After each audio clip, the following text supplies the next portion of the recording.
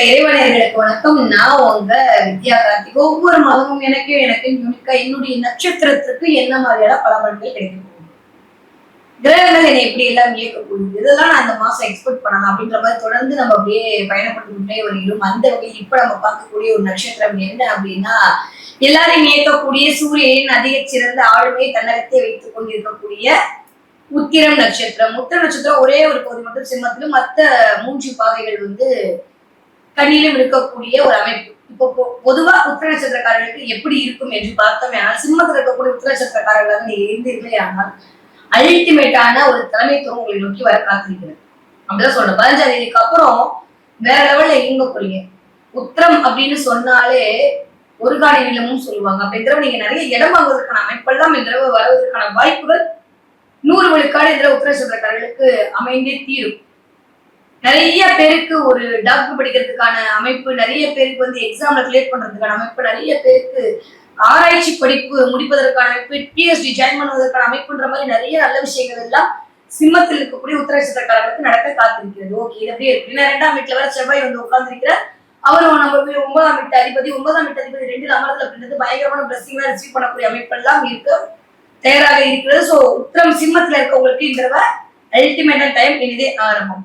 அப்படிக்கே இப்படி வந்தீங்க அப்படின்னா கண்ணியில் இருக்கக்கூடிய உத்திர நட்சத்திரக்காரர்களுக்கு எப்படி இருக்க போகிறது இந்த ஒரு மாத காலம் என்று பார்த்தோமே. ஆனால் ஃபர்ஸ்ட் ஒரு விஷயம் ரொம்ப ஸ்ட்ராங்கா சொல்லலாம். நட்சத்திரநாதன் வலுவாக இருக்கிறார், அதுவும் ஆகச்சிறந்த வலுவாக இருக்கிறார். ஏன்னா சூரியன் இருக்கக்கூடிய வீடே ஒரே ஒரு வீடு தான். அதுவும் ஆவணி மாசம் வந்தா மட்டும்தான் பாவம் அந்த மனுஷன் அந்த இடத்துல வந்துட்டு போறாரு. சோ மத்த எல்லா கிரகங்களுக்கும் 2 வீடு கொடுத்தாலும் சூரியன் சந்திரன் கூட தான் நம்ம வாழ்க்கைலாம் ஒரு வீடை கொடுத்து வச்சிருக்காங்க. அந்த ஒரு வீட்லயும் கேது அமர்ந்து கொண்டு நீ தானா நான் தானான்ற மாதிரிலாம் உட்கார்ந்துருக்காரு. பார்த்தா அதுக்கு இந்த பக்கம் மூணு மூச்சு பொருளுமே கொஞ்சம் விருவாதிகள் இருக்கு, நீ பெருசா நான் பெருசா ஓடிட்டு இருக்காங்க. சோ இந்த மாதிரியான அமைப்பு யாரோட வீட்டுல? நம்மளுடைய ராசிநாதனுடைய வீட்டுல. அப்ப புதன் வீட்டுல இருக்கக்கூடிய, அதாவது கன்னி வீட்டுல இருக்கக்கூடிய உத்திர நட்சத்திரக்காரர்களுக்கு இந்த ஒரு மாத காலம் என்ன நடக்கும் என்று பார்த்தால் 12ஆம் அதிபதி வலுவாக இருக்கிறார். அப்படி எடுத்துக்கலாமா? நம்ம ஸ்தான பலத்தை எடுத்தோம்னா 12ஆம் அதிபதி வலுவாக இருக்கிறார். ஆனா நட்சத்திரநாதன் இன்னும் வலுவாக இருக்கிறார். அப்படின்ற போது அந்த இடத்தில் இருக்கக்கூடிய கேது அது பாசிட்டிவா இயங்க போறாரா நெகட்டிவா இயங்க போறாருன்றத உங்களுடைய நேரத்தில் தீர்மானம் செய்ய போகிறது. உங்களுக்கு என்ன தசாபதி நடக்கிறது என்பதை பொறுத்து அது இயங்க போகுது. ஆனா ஒரே ஒரு விஷயத்த ரொம்ப ஆணித்தரமா சொல்ல முடியும். அங்க இருக்கக்கூடிய குருவின் பார்வை உங்களுடைய 2ஆம் இடமான வீட்டிற்கு வருவது.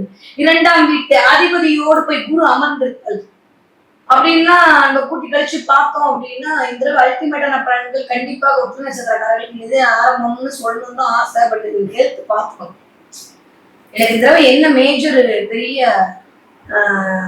விஷயமாக அனுமானிக்கலாம் என்று பார்த்தால், என்ன மேடம் எல்லா நட்சத்திரக்காரர்களுக்கும் சூப்பரா நீங்க நாங்க அவளோட எதிர்பார்க்க வந்தோம், கன்னிராசிக்காரனால இப்படித்தானா கமெண்ட் போடாதீங்க. பட் என்ன பண்றது, எல்லாம் இப்படியே நிரந்தர போல, எதுவும் நிரந்தரம் இல்லைன்றது மட்டும்தான் ஒண்ணு. இந்த ஒரு மாத காலம் இந்த 15 நாட்கள் இந்த மாதிரியான நிகழ்வுகளை கொடுக்கலாம்.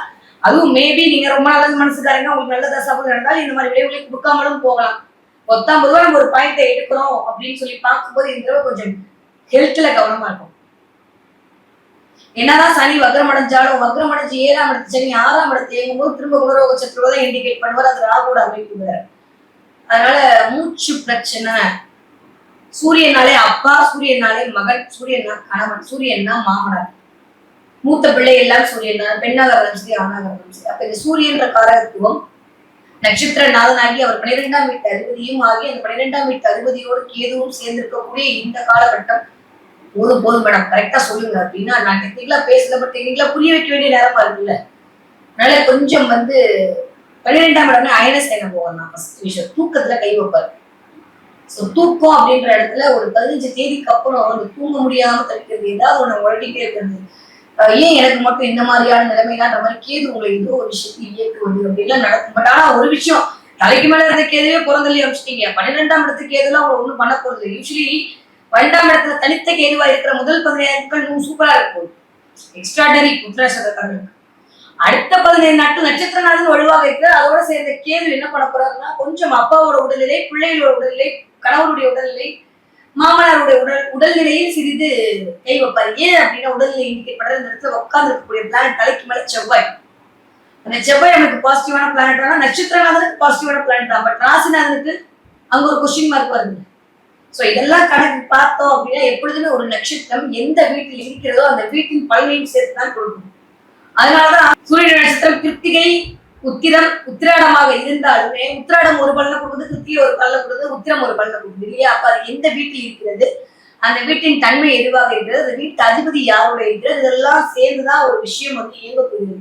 சோ எனக்கு தெரிஞ்ச ஒரு 30ஆம் தேதி வரைக்கும் கவலை இல்லை. ஏன்னா ராசிநாதன் ரொம்ப ஸ்ட்ராங்கா 11ஆம் இடத்துல அமர்ந்திருக்கிறாரு. அதுவே ஒரு மிகப்பெரிய ஒரு குறிப்பிட. எப்பயுமே 11ஆம் இடத்துல ஒரு பிளானட் இருக்கிறது அப்படின்றது அல்டிமேட். ஆனா 11ஆம் இடத்துல கொஞ்சம் மக்கரகதியில் இருக்காரு. அப்ப வந்து உத்திர நட்சத்திரக்காரர்களுக்கு ஒரு முதல் 15 நாட்கள் கொஞ்சம் வந்து மன ரீதியாகவும் உடல் ரீதியாகவும் கொஞ்சம் வலுவிழந்த தன்மையிலும், அடுத்த 15 நாட்கள் குடும்ப உறுப்பினர்களுக்கு கொஞ்சம் உடல் ரீதியான தொந்தரவுகளை, அதன் மூலமாக ஒரு சின்ன சின்ன சலனங்களை ஏற்படுத்தக்கூடிய அமைப்பிலையும் தான் இந்த ஒரு மாதம் நகர காத்திருக்கிறது. ஓகே, பட் பிசினஸ் எப்படி இருக்கும் மேடம்? அல்டிமேட்டா இருக்கும். பார்ட்னர்ஷிப் சூப்பரா இருக்கும் போது, வேலை சூப்பர், ப்ரமோஷன் சூப்பர், எல்லாமே சூப்பர். ஹெல்த் மட்டும் பார்த்துக்கணும், அவ்வளவுதான். எல்லாமே கொடுத்துட்டா நம்ம யாருல இருந்துருவோங்க. சோ ஒரே ஒரு விஷயத்துல செக் வைக்கணும்னா இதுல உடல் ஹெல்த் தான் செக் வைக்க போறாரு. அதுல மட்டும் கவனமா இருக்கு. அது கூட மூச்சு சம்பந்தப்பட்ட விஷயத்தில் கொஞ்சம் கவனமாக இருக்கணும். த்ரோட், இந்த தொண்டை பகுதி, இதுல கொஞ்சம் கவனமாக இருக்கும். ஏன்னா இந்த 3ஆம் இடம் என்று சொல்லக்கூடிய நட்சத்திர நாதனுக்கு 3ஆம் இடம், நட்சத்திர நாதன் உட்கார்ந்து இருக்கிற வீட்டுக்கு 3ஆம் இடம் இப்படி கணக்கு எடுத்தோம் அப்படின்னா சுக்கரனோட வீடு, அந்த சுக்கரன் போய் உட்கார்ந்து இருக்கிற ஸ்தானம், இதெல்லாம் கூட்டி கழிச்சு பார்க்கும்போது கொஞ்சம் தொண்டை சம்பந்தப்பட்ட பிரச்சனை, கழுத்து சுழுக்கு வர்றது அப்படின்ற மாதிரி சின்ன சின்ன தொந்தரவுகள், படுக்கும்போது ஒரு மாதிரி படுத்துட்டேன். 12ஆம் இடத்துல கேது, படுக்கும்போது ஒரு மாதிரி படுத்துட்டேன், தலையில பிரச்சனைகள் ஏதோ ஒண்ணு, இந்த இடம் ஏதோ ஒரு டிஸ்டர்பன்ஸ் வருவதற்கான வாய்ப்பு இருக்கு. கொஞ்சம் வெந்நீர் அதிகமா குடித்துக் கொள்வது என்பது ஒரு முன்னெச்சரிக்கையாக நம்ம ஒரு பெரிய விஷயத்துல இருந்து தப்பித்துக் கொள்வதற்கான வழிமுறையை கொண்டு வந்து சூரிய நாளை நெருப்புதான் இல்லையா? சோ வெந்நீர் நிறைய குடிக்க ஓரளவுக்கு தேவையில்லாத சில விடயங்களை நாம் அதை தவிர்த்துக் கொள்ளலாம். ஓகே, நிறைய பேருக்கு திருமணம் கைக்கூடிய காலகட்டமும் வந்து கன்னிராசிக்காரர்களுக்கு என்னதான் வந்து இருந்தாலுமே உத்திர நட்சத்திரக்காரர்களுக்கு நிறைய வீட்டுல திருமணம் வைபோகம், திருமணம் நிகழ்வதற்கான வாய்ப்புகள், நிறைய நல்லவைகள் நடப்பதற்கான வாய்ப்புகள், புதிய வேலை கிடைப்பதற்கான வாய்ப்பு எல்லாமே இந்த மாசம் அல்டிமேட்டா இருக்கு. ஏன்னா ராசிநாதன் 11ஆம் இடத்துல அமர்ந்திருக்கிறார். கரெக்ட்.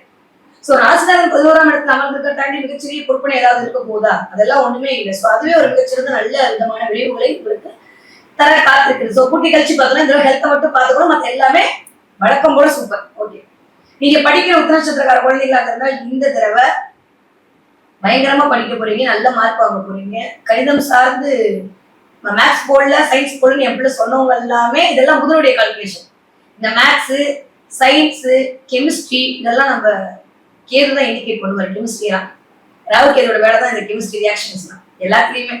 அப்ப இந்த கெமிஸ்ட்ரி, இந்த சயின்ஸ், மேத்ஸ் இதெல்லாம் வரலன்னு சொல்லி எந்த குழந்தைங்களுக்கு கவலைப்பட்டு இருக்கீங்க அந்த குழந்தைகளை இந்த மாதம் சூப்பராக மார்க் எடுக்க போறாங்க. ஸோ பெருசாக கவலைப்பட வேண்டிய அவசியம் இல்லை.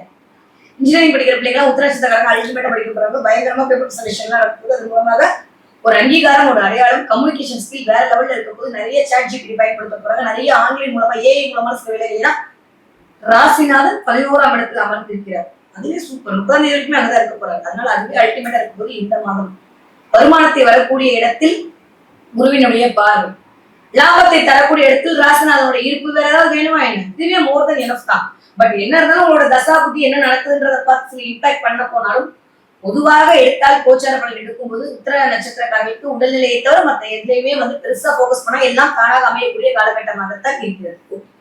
நீங்க 20 வயதுல இருந்து 40 வயதுக்குள் இருக்கக்கூடிய உத்திர நட்சத்திரத்தை சேர்ந்தவர்களாக இருந்தாலும் தொட்டதெல்லாம் பிறக்கக்கூடிய காலகட்டம், நிறைய பேருக்கு திருமணம் அமையக்கூடிய காலகட்டம், திருமணத்துக்கு வரம் பார்த்தவர்களுக்கு எல்லாம் சரியாகக்கூடிய காலகட்டம், நிறைய பெண் அமையக்கூடிய காலகட்டம், நிறைய லேண்ட் வாங்கக்கூடிய காலகட்டம், ரிஜிஸ்ட்ரேஷன் நடக்கூடிய காலகட்டம், நிறைய வந்து டாக்குமெண்ட் கைமாறக்கூடிய காலகட்டம்னு ரொம்ப ரொம்ப சூப்பரான அமைப்பு உருவாக காத்திருக்கிறது.